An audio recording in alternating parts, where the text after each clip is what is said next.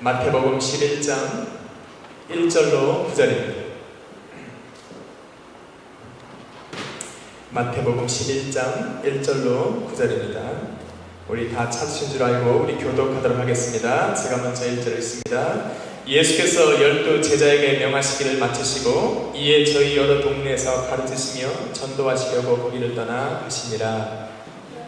요한이 오게서 그리스도의 하신 일을 듣고 제자들을 보내어 예수께 여짜오되 오실 그이가 당신이오니까 우리가 다른 일을 기다리오리까. 예수께서 대답하여 가라사대 너희가 가서 듣고 보는 것을 요한에게 구하되 소경이 보며 안진뱅이가 걸으며 문둥이가 깨끗함을 받으며 귀머거리가 들으며 죽은 자가 살아나며 가난한 자에게 복음이 전파된다 하라. 누구든지 나를 인하여 실족하지 아니하는 자는 복이 있도다 하시니라. 저희가 떠나매 예수께서 우리에게 요한에 대하여 말씀하시되 너희가 무엇을 보려고 광야에 나갔다냐. 바람에 흔들리는 갈대냐. 그러면 너희가 무엇을 보려고 나갔더냐. 못 입은 사람이냐. 부드러운 옷을 입은 자들은 왕 위에 있느니라. 다 같이 읽습니다. 그러면 너희가 어찌하여 나갔더냐. 선지자를 보려더냐. 옳다. 내가 너희에게 이르노니 선지자보다도 나은 자니라. 아멘. 함께 따라합시다. 무엇을 보려고 광야에 나갔더냐. 우리가 무엇을 본다고 하는 것은 의미 없이 무심코 볼 수 있는 것입니다. 세상에는 우리가 무심코 스쳐 지나가면서 바라볼 수 있는 것들이 많이 있다는 것입니다. 그런데 만약에 내가 무엇인가를 보기 위해 어딘가로 갔다라고 하는 것은 반드시 목적과 이유가 그곳에 있다라고 하는 것입니다. 당시 많은 유대인들은 세례 요한을 보기 위해서 광야로 나갔다라고 얘기하고 있습니다. 그런 그들에게는 반드시 이유가 있었을 것이며 그런 그들을 향해 예수님은 오늘 주제처럼 너희가 무엇을 보려고 광야에 나갔다냐라고 질문을 던지고 있는 것입니다. 그들은 왜 세례 요한을 보려고 광야에 나갔을까? 중요한 것입니다. 그것을 알아보기 위해서 우리는 먼저 그들이 보려고 했던 과연 세례 요한이라는 사람이 어떠한 인물이었는가를 먼저 살펴봐야 된다는 것입니다. 말라기서 4장 6절에 보니까 구약성경인데 구약성경 말라기 4장 6절에 보니까 그는 엘리야의 신령과 능력을 가지고 아비의 마음을 자녀들에게 돌이키고 자녀들의 마음을 아비에게로 돌이키는 일을 할 것이라고 얘기를 하고 있습니다. 마태복음 11장 11절에 말해보니까 그는 구약시대에 있어서 최후의 선지자이면서 최고의 선지자였다라고 예수님께서는 증명을 하고 있습니다. 누가복음 1장 17절에 보면은 이 세례 요한의 사역은 바로 주의 길을 예비하는 엄청난 사역을 했다라고 증거를 하고 있습니다. 마가복음 1장 6절에 보니까 그는 그 세상의 회개를 선포하고 주의 길을 예비하기 위해서 광야에 거하며 약대 털옷을 입고 허리에 가죽띠를 띠고 메뚜기와 석청을 먹으며 금욕생활을 했다라고 성경은 증거하고 있는 것입니다.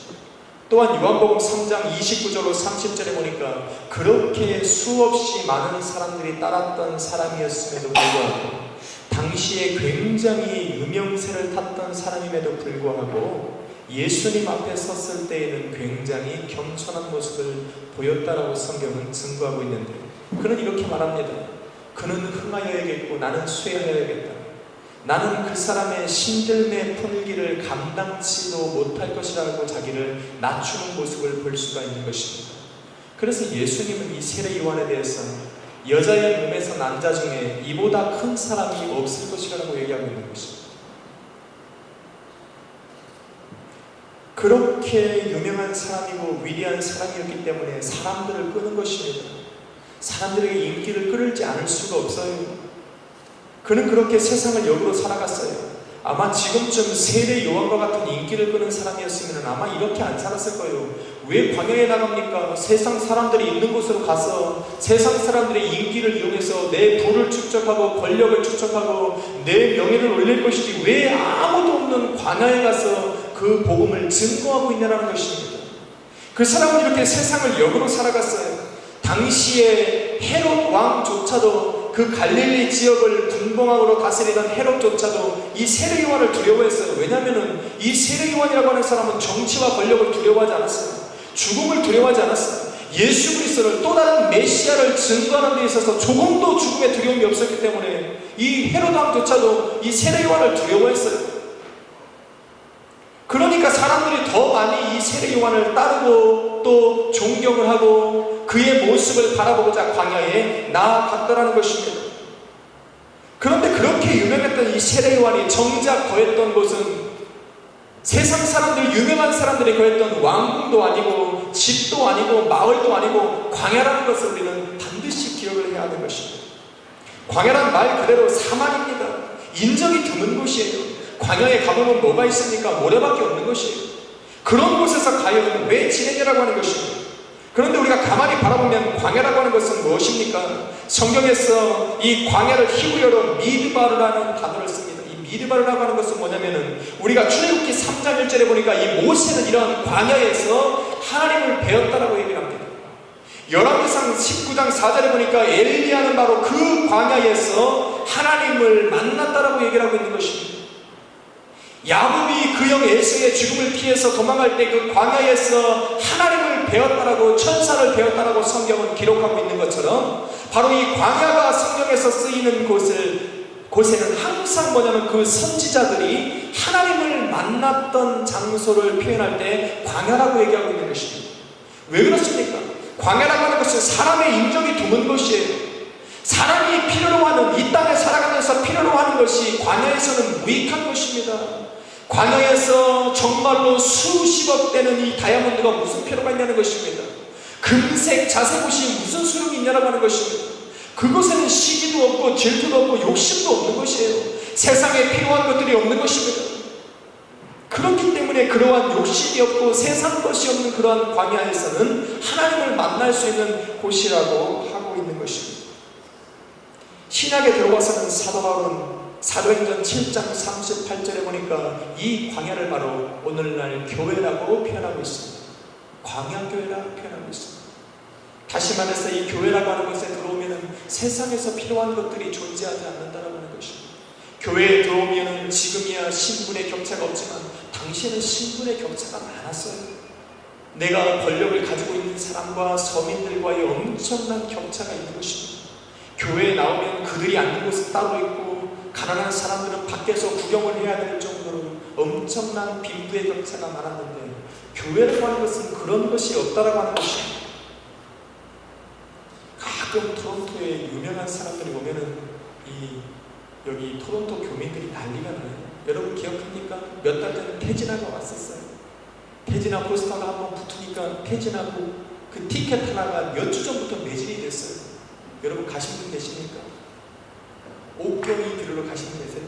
저도 옥경이 좋아해요. 우리 엄마가 하도 불러가지고 옥경이를 기억을 합니다. 지금 여기서 부르면 좋겠지만 레코드를 하고 있어서 감히 부를 수도 없고. 이 태진아가 뭔데 그 나이 먹은 사람이 한 명 오는데도 티켓이 몇 주 전부터 매진이 되는 거예요. 이것은 세상 사람들이 그런 게 하는데 교회 안에도 마찬가지예요. 크리스천들은 안 그럴 것 같습니까? 어떤 유명한 목사님이 온다거나 아니면 유명한 부흥강사님이 온다, 좀 인기 있는 사람이 온다라고 하면 교회가 자리가 넘쳐나요. 부족합니다. 서로 먼저 와서 좋은 자리를 차지하려고 자리 싸움까지 하는 것을 봅니다. 그들에게도 분명히 목적이, 이유가 있을 거라고 하는 것입니다. 바로 주님은 그런 사람들에게도 동일하게 오늘 주제와 같은 질문을 던지고 있다고 하는 것입니다. 너희가 무엇을 보려고 광야에 나갔다? 지금 우리 교회는 뭐 그렇게 붐비는 것이 없습니다. 뭐 좀 예배에 늦게 와도 앉을 자리가 충분하고 뭐 서로 앞에 앉으려고 싸우지 않아도 앞에 자리가 넉넉할 정도로 그런 교회입니다. 그렇지만은 우리 교회에 나온 여러분에게도 오늘 주님은 동일한 질문을 던지고 있는 것입니다. 너희가 무엇을 보려고 이곳에 나왔느냐라고 하는 것입니다. 주님은 오늘 본문 속에서 이렇게 질문을 던진 그들에게 그들의 신중을 헤아리는 하나님께서 세 가지의 마음을 꿰뚫어 보셨다는 것입니다. 그래서 그 세 가지의 마음이 바로 그들이 그곳에 광야에 나간 세 가지의 이유와 목적이었다라고 성경은 말하고 있는 것입니다. 첫 번째로 예수님께서 그들에게 말했던 것은 너희가 광야에 나간